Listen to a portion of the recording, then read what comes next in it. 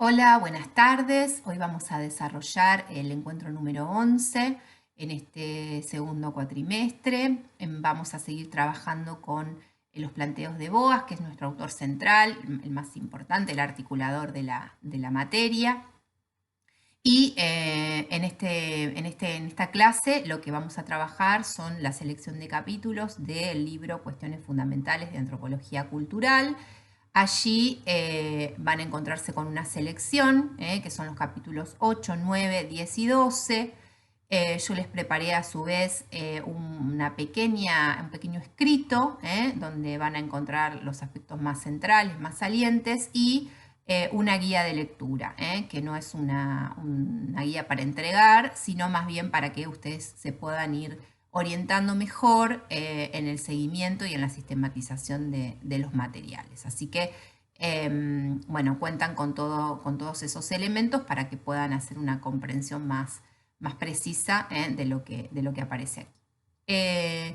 Siguiendo un poco la idea de Gloria en una comparación ahí con Dilthey, ¿no? En el caso de Boas, bueno, su planteo está un poco más desperdigado, ¿no? Aparece de una forma más desparramado, plagado de ejemplos, ¿no? A diferencia de Dilthey, donde, bueno, su propuesta estaba mucho más sistematizada, más organizada, y donde podíamos ir haciendo un seguimiento mucho más ajustado, ¿no? Acá tenemos que sondear un poco y sistematizar a partir bueno, de varias lecturas, ¿no? Y precisamente de lecturas y relecturas para poder apropiarnos acabadamente de la propuesta de Boas. En este caso, me interesa dar cuenta o señalar con más énfasis, bueno, esta centralidad que va a tener el concepto de cultura, ¿no? En la propuesta de Boas. Es un concepto que se va construyendo, que se va elaborando, y que además se va articulando, podríamos decir, con diferentes aspectos, con diferentes nociones o con diferentes propuestas, también en ese diálogo que él hace constantemente o en esos señalamientos que hace constantemente con el evolucionismo, con el difusionismo, que son esas teorías, las teorías vigentes, ¿no? Bueno, en esa crítica a esas teorías centrales o esas primeras teorías, es donde Boas va a plantear, ¿no? Su propuesta, su nuevo enfoque, sus aspectos metodológicos, nuevas hipótesis, bueno, los argumentos, ¿no? Que permitan pensar en estos asuntos humanos desde otro lugar, ¿no?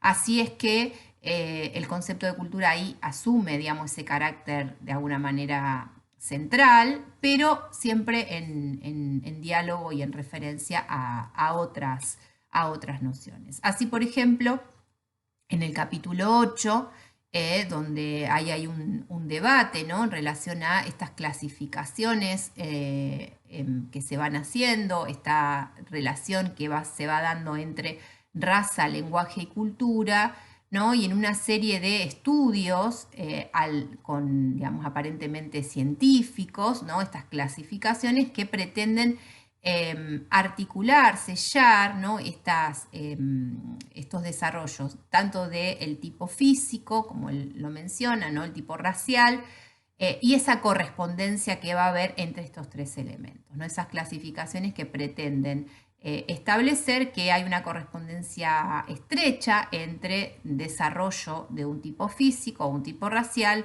con un lenguaje y con una cultura determinada. Ahí, bueno, es un poco el planteo más claro, más evidente, donde, bueno, él habla de que son clasificaciones arbitrarias, de que si uno se detiene a leer, a indagar en estas clasificaciones, ven que van llegando a puntos diferentes según la referencia o el punto de inicio que se tome. Así sí, entonces tenemos una clasificación basada centralmente en las razas. Bueno, esas culturas son distintas, esas asociaciones son diferentes con los lenguajes, y la evidencia, que es algo de lo que él se apoya muchísimo, la evidencia empírica nos va mostrando que esos caminos no son tan estrechos, sino que justamente divergen, ¿no? Divergen en, bueno, que el tipo físico o el tipo racial en su desarrollo no va a ser el mismo que el que han tenido las culturas y también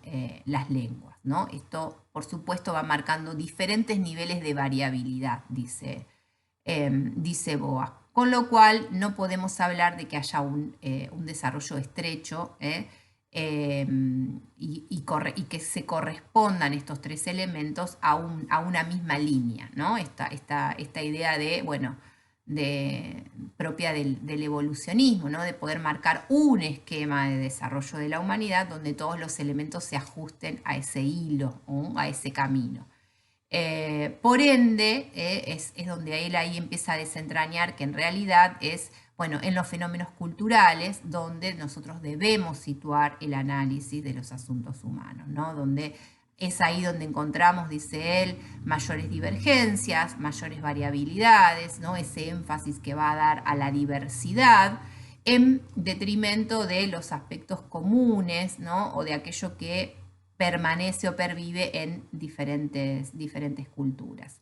Esto que es propio, ¿no? Del evolucionismo, centrarse en los aspectos comunes y desentenderse de los aspectos diversos. Bueno, Boas de alguna forma hace el ejercicio contrario, ¿no? Se ocupa más de trabajar sobre esas diversidades y no tanto de los aspectos en común, que desde ya no los desestima o no es que los niega, sino que dicen, bueno, sí, hay elementos que podríamos considerar universales o que están en los orígenes de la humanidad, pero no son los factores explicativos. A partir de ahí nosotros nos quedamos cortos para poder explicar el desarrollo de las sociedades. Debemos ir hacia esas derivaciones, esas diversificaciones, esos aspectos que van complejizando ese desarrollo de la humanidad y que de alguna forma nos muestran que el camino no ha sido uno, sino que ha sido distinto, diverso, múltiple,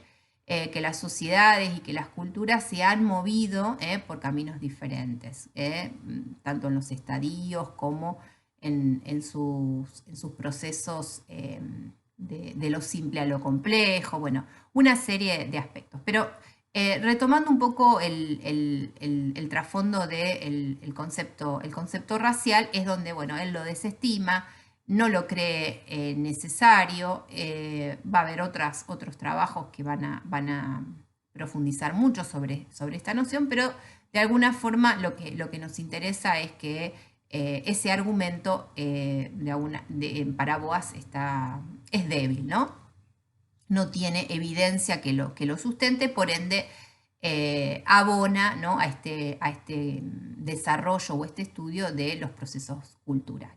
Ahí tenemos un primer mojón o un primer aspecto a tener en cuenta. Y ese estudio es un estudio de carácter histórico, no en términos de los estadios y de los procesos generales o totalizadores del evolucionismo y el difusionismo, sino de un análisis histórico en cuanto a sus particularidades, ¿no? De allí el nombre particularismo histórico que tiene esta teoría, ¿no? Porque se ocupa, se interesa por cómo los fenómenos son y cómo llegaron a ser, ¿no? en esa doble entrada.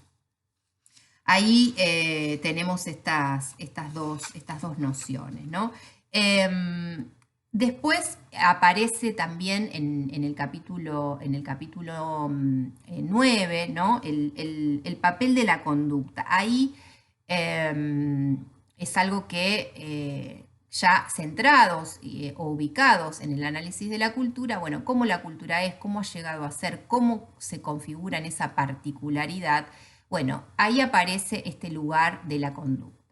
Y Boas, en esa forma que tiene de desarrollar, ¿no? Los argumentos y su propuesta, es donde distingue o comienza su argumentación en esa distinción, en esa diferenciación entre el mundo de la naturaleza y el mundo animal, mejor dicho, y las sociedades humanas. Entonces dice, bueno, hay una serie de aspectos que podrían entenderse como parte de la órbita de la conducta, ¿no? Del comportamiento, que también las encontramos en en el mundo animal, ¿no? Esto donde cuando él habla de ciertos comportamientos, de las manifestaciones jerárquicas, bueno, de la construcción de objetos, ahí él dice, bueno, esto no es exclusivo del mundo humano, ¿no? Sino que también aparece en el mundo de la humanidad, de los animales, perdón. Y es ahí donde dice, bueno, ¿cuál es el rasgo que diferencia, ¿no? A animales de humanos? Y es ahí donde aparece el papel, dice él, de la conducta. La conducta como una manifestación o una acción humana, eminentemente humana, que es aprendida. O sea, y ahí distingue o la opone a el carácter instintivo de los comportamientos animales. Digamos, si bien en los animales tenemos rasgos jerárquicos o determinadas especies donde aparece una especie de matrimonio monógamo o de la propia construcción de objetos, ¿no? De herramientas, todas esos comportamientos son instintivos, o sea, vienen dados en la configuración, ¿no? de esos animales, en su configuración biológica. En nuestro caso, eso proviene de la tradición local, es algo que es aprendido. Una vez que llegamos a este mundo, somos incorporados, somos socializados en el seno de una cultura, vamos aprendiendo estas formas de hacer, estas formas de comportarnos, de relacionarnos. Por eso ahí aparece una variabilidad y una diversidad humana que no es tal en el mundo animal, ¿no? Y por ende también hay transformaciones y hay cambios en mayor escala que la que podemos registrar en la escala o en el desarrollo evolutivo de otras especies animales. Entonces, ahí dice, ¿no? Boas dice, bueno, el papel de la conducta como rasgo diferenciador entre hombres y animales. A diferencia del instinto animal, la conducta humana no está estereotipada y no puede llamarse instintiva, ya que es aprendida y por ende depende de la tradición local. Esa tradición local que obviamente va a estar en relación con otras sociedades, con su propio medio ambiente y con el devenir histórico, ¿no? De allí que a esa diversidad cultural que él pretende indagar y trabajar, también se va a ocupar de los factores dinámicos, ¿no? Esto que también aparece en el texto de los métodos de la etnología en oposición o a diferencia de esos factores estáticos que tanto le interesaban al evolucionismo y el difusionismo, ¿no? Es ahí donde, bueno, esto histórico, este enfoque histórico empieza a tomar color, empieza a tomar forma. Es por ahí donde nosotros debemos transitar el estudio de las culturas, en sus tradiciones locales, en sus costumbres particulares y en su devenir histórico, ese devenir que es concreto, que es puntual, ¿no? Por eso, si bien no hay a veces, ¿no? En el texto no van apareciendo señalamientos concretos a la teoría evolucionista o a los autores, sí está ese trasfondo, por eso lo menciono y ustedes ténganlo en cuenta porque, bueno, siempre decimos que en el contrapunto entre corrientes antropológicas 1 y corrientes antropológicas 2, en esta clave aparece casi como un juego de opuestos, ¿no? Lo que era válido o legítimo para la teoría evolucionista, acá es revisado, es cuestionado y, digamos, se propone otro enfoque opuesto a ese planteo del evolucionismo. Entonces, lo que nos permite, ¿no? También preguntarnos, en el caso de este enfoque boasiano sobre la cultura, es, bueno, ¿qué papel van jugando los diferentes elementos culturales, ¿no? Los aspectos económicos, los aspectos geográficos, los aspectos, bueno, también biológicos, raciales, ¿no? Y ahí hay una pregunta en el capítulo 10, hay una pregunta por los determinismos, ¿no? Esta noción que nos va también a acercar a otra característica de la cultura en boga, ¿no? Bueno, esto que también aparece en los inicios de su recorrido, de su viaje, ¿no? Hacia la física, hasta la antropología, bueno, ¿qué papel han jugado los determinismos? Y en este sentido, él ahí repasa, ¿no? El determinismo geográfico, que es esta idea de que el medio ambiente de alguna forma es el factor determinante, o sea, el factor que de alguna manera estructura, ordena la configuración cultural. O sea, esa idea de el ambiente como creador de cultura. Vamos a ver en lecturas sobre la vida de Boas, ¿no? Que bueno, que es esta idea con la que él de alguna forma en su tránsito desde la física hacia la antropología, en el que pasa por la geografía, esto aparece en esas primeras expediciones, ¿no? Hacia los esquimales, y ve que justamente sí, es un factor importante, desde ya que el medio ambiente organiza, ¿no? Y dialoga con la cultura, pero no es creador por sí misma, ¿no? Y esto no es algo que él se inventa o se lo cree o lo argumenta por capricho, sino que justamente en esas expediciones hacia las sociedades esquimales, él lo que ve es que hay variabilidad cultural aun cuando hay un mismo medio ambiente.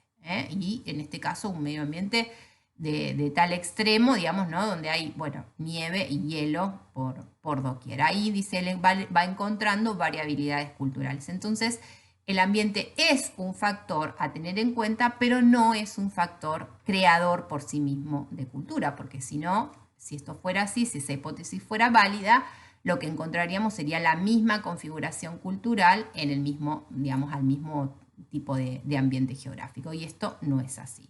Lo mismo, dice, sucede con el determinismo económico, ¿no? Esta idea de que la economía es el elemento más importante, dinamizador, podríamos decir, de la conformación cultural. Acá hay, podríamos decir, un diálogo, ¿no? O un debate con, bueno, las perspectivas marxistas, ¿no? Donde justamente el sistema económico es el que determina los demás subsistemas. Acá lo que él dice es que podría ser más atractiva esta propuesta, pero no es menos deficiente en términos de hipótesis que la del determinismo geográfico. Puede ser más atractiva, dice, porque la economía está dentro de los sistemas de cultura, pero, dice, acá tampoco aparece porque él dice, bueno, la economía siempre se da, o el desarrollo económico se da siempre dentro de un entorno cultural previo. No es que aparece por sí misma, ¿no? Sino que está constantemente, ¿no? Dice él, en diálogo. Dice, la economía es parte integral de la cultura.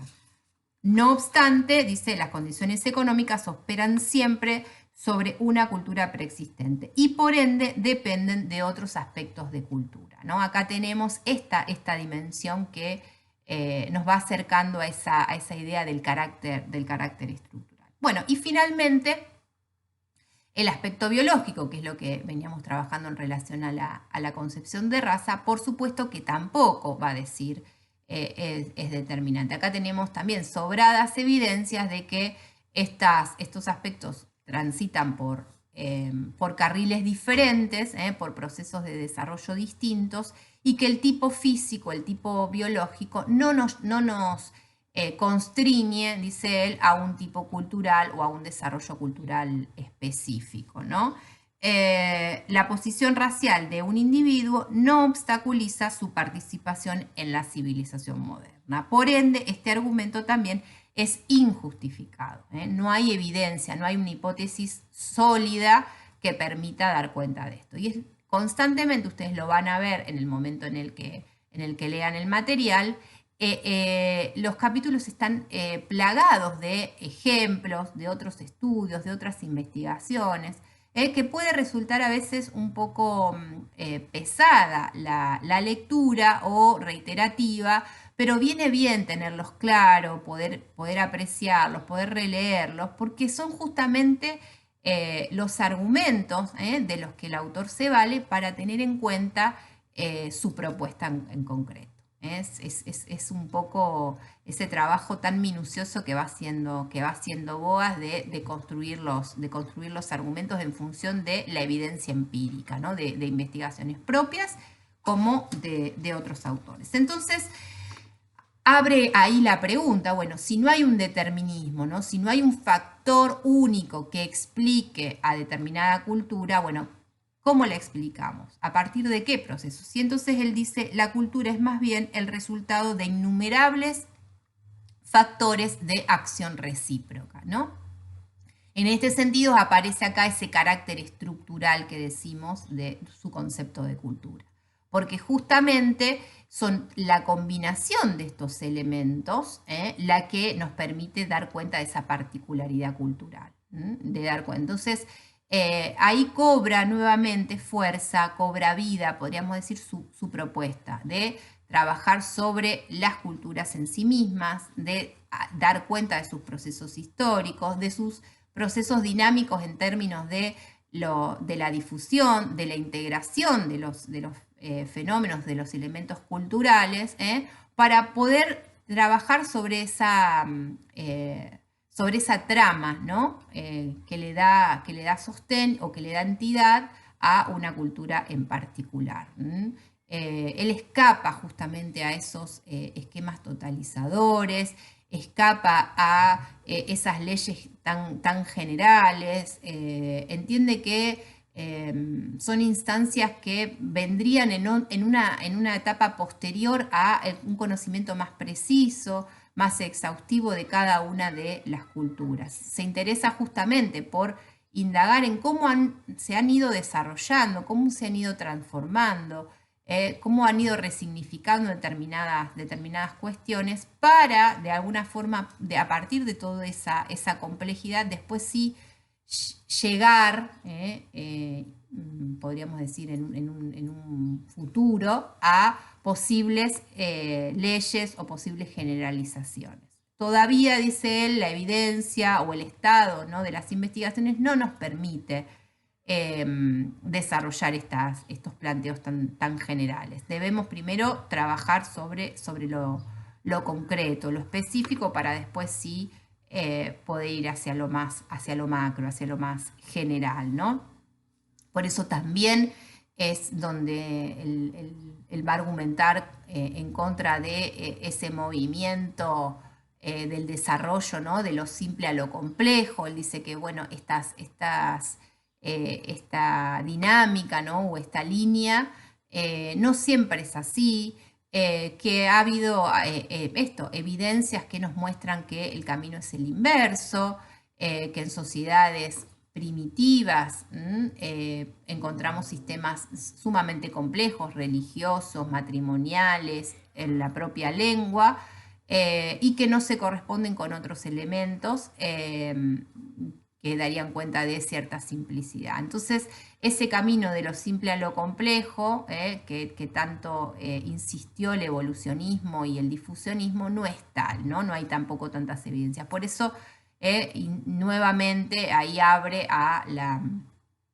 la ventana hacia el trabajo preciso, minucioso, situado, para usar un término de la actualidad, ¿no?, de determinadas culturas. Y también en culturas en las que, recordemos, ¿no?, estaban en un proceso de transformación y en algunos casos de extinción, porque se estaban muriendo sus miembros, que a él le daba también cierta urgencia de registrar, de estudiar antes de que se transformen completamente o desaparezcan.